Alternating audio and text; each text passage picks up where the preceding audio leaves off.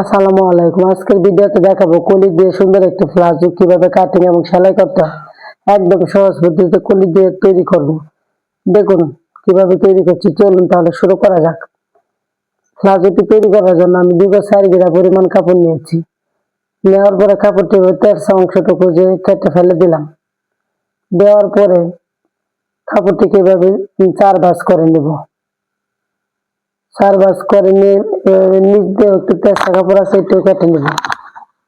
Cutting করার পর 2 ইঞ্চিতে রাবার করার জন্য একটি দাগ দিয়ে দিব। তারপর দাগটি টেনে আমি মিলিয়ে নিব।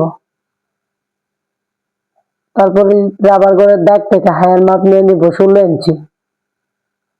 16 ইঞ্চি নেওয়ার পর দেখুন লম্বার মাপ হচ্ছে আমি 37.5 ইঞ্চি, হাফ ইঞ্চি এক্সট্রা নিয়েছি। সেলাই ফিলের যে কাপড়টা জয়েন করবো মোহরি এর জন্য এক্সট্রা নিয়েছি। এরপর এইভাবে দাগগুলো টেনে নেব, হায়ার দাগগুলো এভাবে টেনে নেব।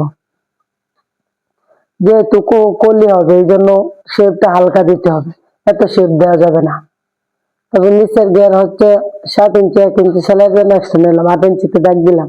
দেওয়ার পরে শেপ কাট দিয়ে এভাবে দাগটি টেনে মিলিয়ে নিব। তারপর দাগে দাগে কাটিং করে নিব।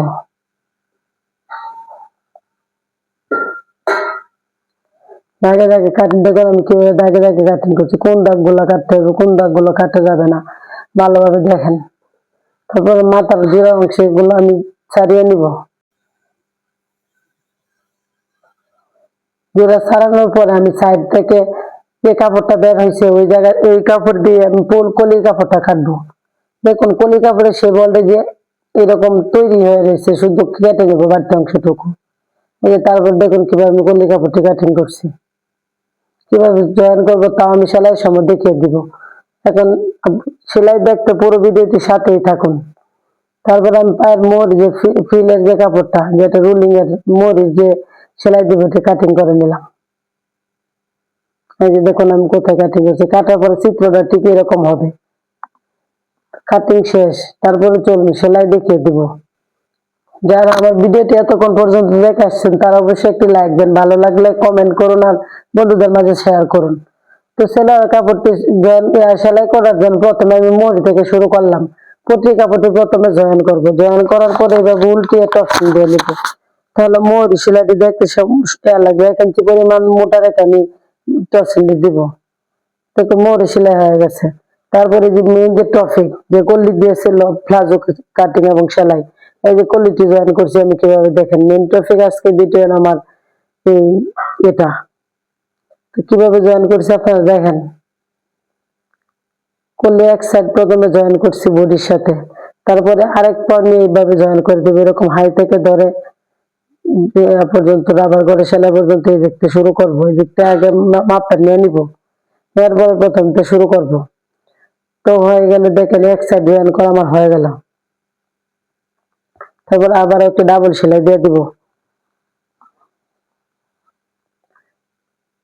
এইভাবে এক সাইড পট্টি জয়েন করার পরে রাবার গড়ের সেলাইটা করে নিতে হবে। রাবারটা যেহেতু আমি এইভাবে রাবার জয়েন করি, আপনারা চাইলে আগে পট্টি জয়েন করে গোল ভাবে রাবার জয়েন করতে পারবেন। তো আমার কাছে এটাই সুবিধা মনে হয়, গোল করা আছে একদম সোজা ভাবে রাবারটা জয়েন করা সহজ মনে হয় আমার কাছে।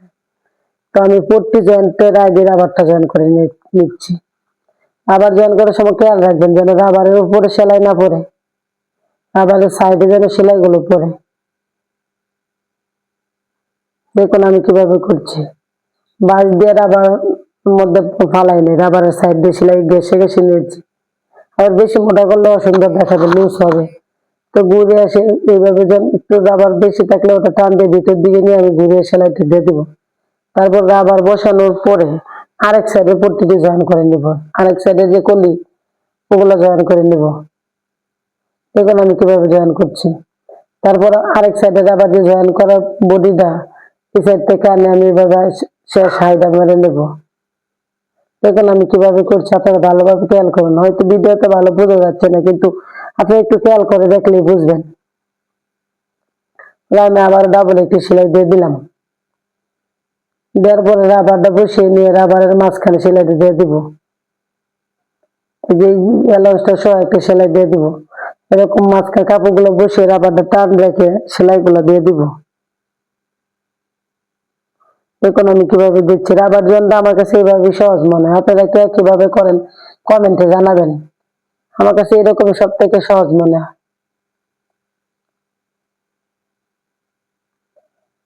এই তো হয়ে গেল। তারপর হাই থেকে মিলিয়ে ধরে এভাবে সাইড মেরে নেব।